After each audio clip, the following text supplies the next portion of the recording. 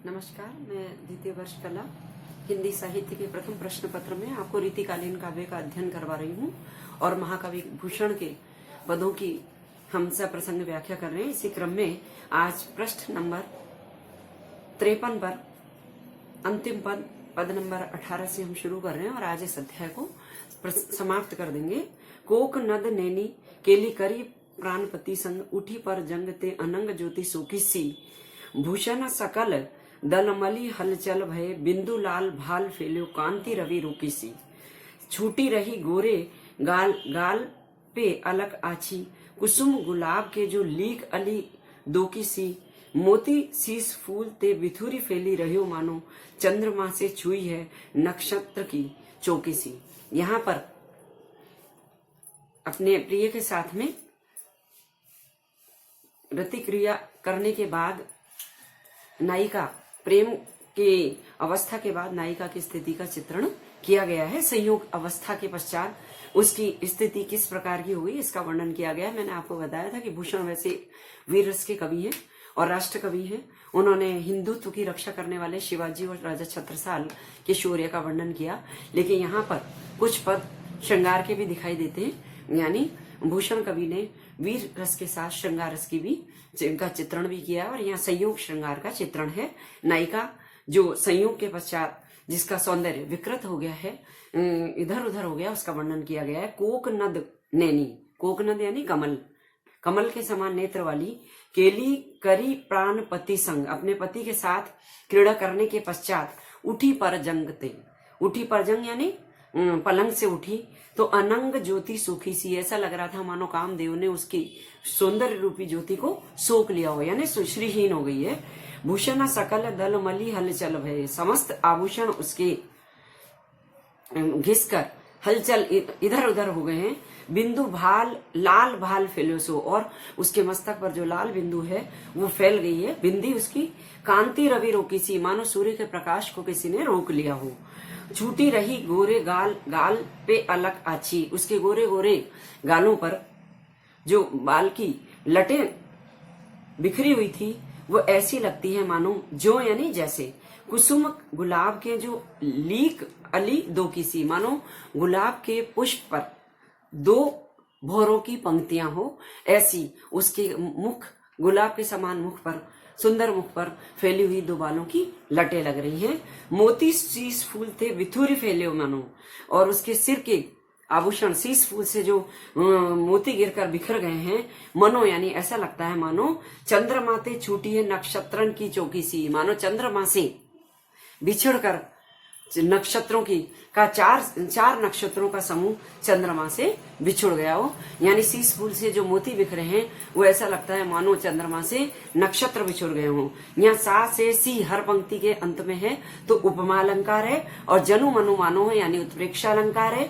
और जो नायिका का मुख है वो गुलाब के पुष्प के समान भी बताया है और चंद्रमा के समान भी बताया है। तो इस पद में श्रृंगार, संयोग श्रृंगार, नायिका के अद्भुत सौंदर्य का चित्रण और उपमा अलंकार और उदाहरण अलंकार का वर्णन किया है भूषण ने, और भाषा बहुत ही सरल है।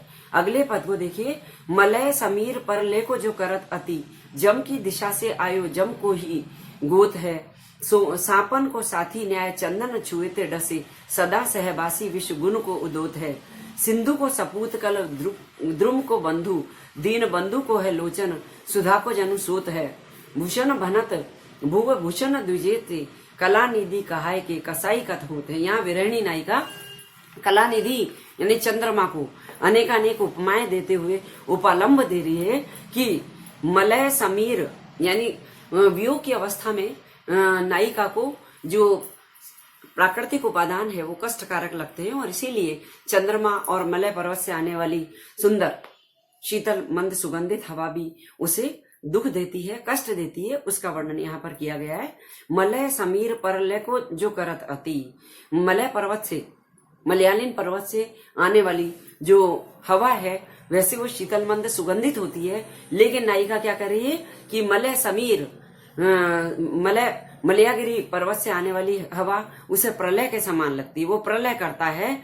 ऐसा लगता है अति जम की दिशा से, दक्षिण दिशा से आने के कारण मानो जम को ही गोद है, यानी यम ने से ही उत्पन्न कष्टकारक वो मलय समीर उसे प्रलय को, क्योंकि यमलोक से आने वाला प्रलयकारी कष्टकारक मलय समीर नायिका को लगता है, यानी शीतल मंद सुगंधित हवा जो मलय पर्वत से आती है, आज उसे यमलोक से यानी दक्षिण दिशा से आने वाले प्रलय का प्रतीक लगती है, प्रलय के समान कष्टकारक लगती है। सांपन को साथी न्याय चंदन छुए ते डसे। वैसे तो चंदन, ऐसा कहा जाता है कि चंदन के वृक्ष पर सांप रहते हैं और चंदन के वृक्ष पर रहने वाले सांपों का साथी यानी अन्य सर्प भी डसे सदा, हमेशा ही डसता है। मतलब चंदन तो शीतल होता है, लेकिन उसके ऊपर रहने वाले सर्प हमेशा विषकारी होते हैं, विष गुण को ही उदोत है। यानी नायिका कह रही है कि चंदन के वृक्ष पर रहने वाले सांप का साथी भी सदैव डसता ही है, वो शीतलता प्रदान नहीं करता है। विष गुण को उदोत यानी उत्पन्न करना, हमेशा जो उसका विष का गुण है यानी विष उत्पन्न करने का जो गुण है उसको सर्प कभी नहीं छोड़ता है।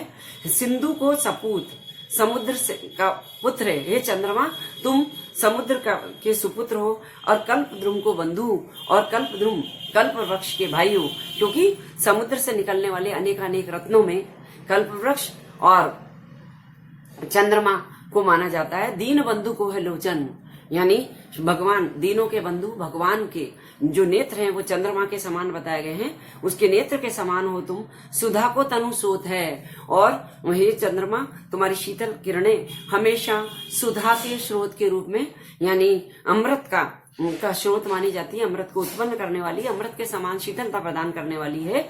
लेकिन भूषण भनत, भूषण कभी कहते हैं भुव भूषण द्विजेते, भुव भूषण संसार, भुव यानी पृथ्वी के आभूषण हो तुम, कला निधि कहा करके भगवान से द्विजेश यानी ब्राह्मणों, पृथ्वी की शोभा को बढ़ाने वाले ब्राह्मण भी तुम्हें कलानिधि कहते हैं। कलानिधि कहा करके भी कसाई कथ हो तो तुम कसाई की तरह, व्याघ्र की तरह मुझसे कैसा व्यवहार कर रहे हो। यानी चंद्रमा तुम शीतल किरणें प्रदान करते हो, मलय पर्वत से आने वाली हवा के समान शीतल तुम्हारी किरणें होती है, अमृत का स्रोत कहलाते हो, और ब्राह्मणों जो पृथ्वी की शोभा को बढ़ाने वाले ब्राह्मण हैं और भगवान हैं वो भी तुम्हें कलानिधि कहते हो। लेकिन तुम मेरे साथ कसाई के जैसे यानी मेरे प्राणों को, तुम्हारी किरणें मेरे प्राणों को हर लेने की तरह, व्याघ्र की तरह व्यवहार कर रही हैं। तो यह वियोगिनी नायिका की दशा का वर्णन किया गया। अगला पद देखिए, संगम को आगम भयो सुतरंग गेहू, घरी घरी द्रगनी भरी स्नेह काई है, जैसे कहूं मीन जल सुखत मलिन तपे, प्रेम के वियोग गति बाल की जनाई है, जोहे निके सुखद संकेत मन भावते के, भूषण सुकवि सो तो व्यान कहूं पाई है, आयो वसंत दल विरल विलोकी वन, मदन की आगी उर में उमगी आई है।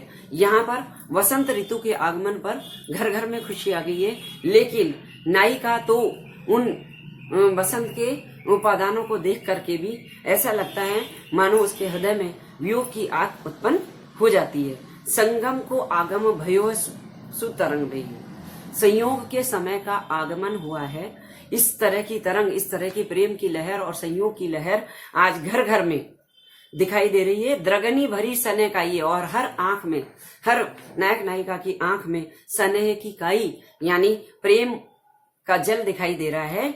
जैसे कहूं मीन जल सुखत मलिन तपे, लेकिन जो नायिका है उसकी स्थिति ऐसे हो गई है जैसे कि मीन, जैसे मछली जल के सूख जाने पर, जल सुखत, जल के सूख जाने पर जैसे मछली मलिन हो जाती है, मछली की शोभा समाप्त हो जाती है, वो चेतनाहीन हो जाती है, वैसे ही तपे प्रेम के वियोग, वियोग की अग्नि में जलने के कारण गति बाल की जनाई है। बाल यानी नायिका, नायिका की स्थिति उस मछली की जैसी हो गई है जो जल के सूख जाने पर मलिन हो जाती है। वैसे ही नायिका का सौंदर्य भी श्रीहीन हो गया और प्रेम के वियोग में जलने से उसकी स्थिति बड़ी कठिन हो गई है। जोहे निके सुखद संकेत मन भावते के, मन को अच्छे लगने वाले प्रिय के आगमन के, जोहे यानी देखकर, निके यानी अच्छे सुखद संकेतों को देखकर भी भूषण कवि कहते हैं। भूषण कवि सो तो वहां न पाइए, लेकिन प्रिय के मन को अच्छे लगने वाले प्रिय के आगमन के सुखद संकेत तो वसंत ऋतु में दिखाई देते हैं, लेकिन वहां यानी यहाँ पर प्रिय को न देख करके वो बड़ी दुखी होती है। आयो वसंत दल विरल विलोकी वन, वसंत का समूह अपने साथियों के साथ में वसंत क्या आगमन हो गया है, और उसको देख करके उस बसंत के अद्भुत सौंदर्य को विलोकी यानी देख करके भी वन मदन की आगी उर में उमग आई है। तो चारों तरफ कामदेव के प्रभाव को देख करके उस काम की आग इस वियोगिनी नायिका के हृदय में उत्पन्न हो गई है। यहाँ भी वियोग का वर्णन है। बसंत के आगमन पर जब घर घर में प्रिय के आगमन या संयोग का प्रेम की लहर दिखाई देती है, लेकिन वियोगिनी नायिका की स्थिति जल में रहने वाली मछली जो जल के सूख जाने पर मलिन हो जाती है, वैसी हो गई है। अगला पद जो इस अध्याय का आखिरी पद है, देह देह देह फिर पाइए न ऐसी देह, जोन तोन जो न जाने कौन जोन पाइए, जेते मनी मानिक है तेते मन मानिक है, धराई ते धरे ते तो धराई धराइए। एक भूख राखे मन भूषण की, यही भूख राखे भूप भूषण बनाइए। गगन ते गोन जम गिनन न दहिए नग, नगन चले को साथ नग न चलाइए। यहाँ यमक अलंकार का सुंदर वर्णन है। हर पंक्ति में शब्द बार बार आ रहा है। जहाँ काव्य की पंक्ति में कोई शब्द बार बार आता है और हर बार उसका अर्थ अलग अलग होता है, तो यमक अलंकार होता है। यहाँ देखिए, देह देह देह, दे दो करके देह फिर पाइए। हे मनुष्य, तूने ये मानव की देह तेने पाई है, मनुष्य का शरीर तेने पाइए, पाइए ना ऐसी देह, दोबारा तुझे ऐसी मानव शरीर नहीं मिलेगा। जोन तोन जो न जाने कौन जोन चाहिए, जैसे तैसे तो भगवान ने तुझे मनुष्य का शरीर दिया है, और आगे न जाने कौन जोन, जोन यानी योनि, एक तो हो गया जैसे तैसे, जोन जोन जोन तो जैसे तैसे करके, हे मनुष्य तुझे परमात्मा ने मनुष्य का शरीर प्रदान किया है जब तूने दे दो करके प्रार्थना की है। लेकिन आगे न जाने कौन जोन पाइए, न जाने कौन सी योनि में तुझे प्राप्त होगी। जेते मन मानिक है तेते मन मानिक है, जितने भी मणि माणिक जहीरे जवाहरात हैं उनसे तेरा मन को तू मन में मान ले, मन में खुश हो ले। धराई में धरे, ये धरती में ही रखे रह जाएंगे। ते तो धराई वो, इस धरती पर तूने जो रखे इकट्ठे कर रखे, इनका संग्रह कर रखा है, जब तेरी मृत्यु होगी तो ये धरती पर ही रखे रह जाएंगे, धरती पर रखे और धरती पर ही रह जाएंगे। एक भूख राखे, एक तो भोजन की भूख होती है, उसको मनुष्य रखे, लेकिन भूख राखे मन भूषण की, लेकिन अगर मन में आभूषणों की भूख रहती है, एक भूख तो होती है भोजन से तृप्त होने वाली, लेकिन मनुष्य जन्म पाकर मनुष्य के मन में अनेक भूख पैदा हो जाती है, अनेक इच्छाएं पैदा हो जाती है। भूषण की यही भूख राखे भूख भूषण की, और भूषण कवि कहते हैं कि आभूषणों की यही इच्छा, यही कामना करके भूप भूषण बनाइए। बड़े बड़े राजा आभूषण बनाते हैं, लेकिन गगन के गोन, जब गगन में गोन करेगा यानी मृत्यु को प्राप्त होगा, यमलोक की तरफ गमन करेगा, जम गिनन न दइए, तब वो यमलोक का स्वामी यमदूत तुझे इन नगों और जवाहिरों को गिनने नहीं देंगे। गिनने न देंगे नग, जितने तेना हीरे मोती इकट्ठे किए, जब तू यमलोक की ओर गमन करेगा, यमदूत तेरे को लेने आएंगे तो वो तुझे गिनने नहीं देंगे। चलेगो साथ नग न चलाई वो, नग न चलेगो, तब तू नग्न होकर ही जाएगा। नग न चलाई वो, साथ में तू हीरे मोतियों नगों को नहीं ले जा पाएगा। यहाँ पर भूषण का वैराग्य प्रकट हुआ है। उन्होंने वीरस की रचना की, श्रृंगार रस की रचना की, और यहाँ नीति संबंधी पद है यहाँ पर, जिसमें भूषण कवि मनुष्य को प्रेरित कर रहे हैं कि तू भगवान की भक्ति कर। इस धरती पर मणि माणिक इकट्ठे करने का कोई फायदा नहीं है। खाली हाथ मनुष्य आता है, बड़ी मुश्किल से तुझे मानव देह मिली है, ये दोबारा नहीं मिलेगी। इसीलिए संग्रह करने के बजाय भगवान की भक्ति कर, भगवान में ध्यान लगा। धन्यवाद।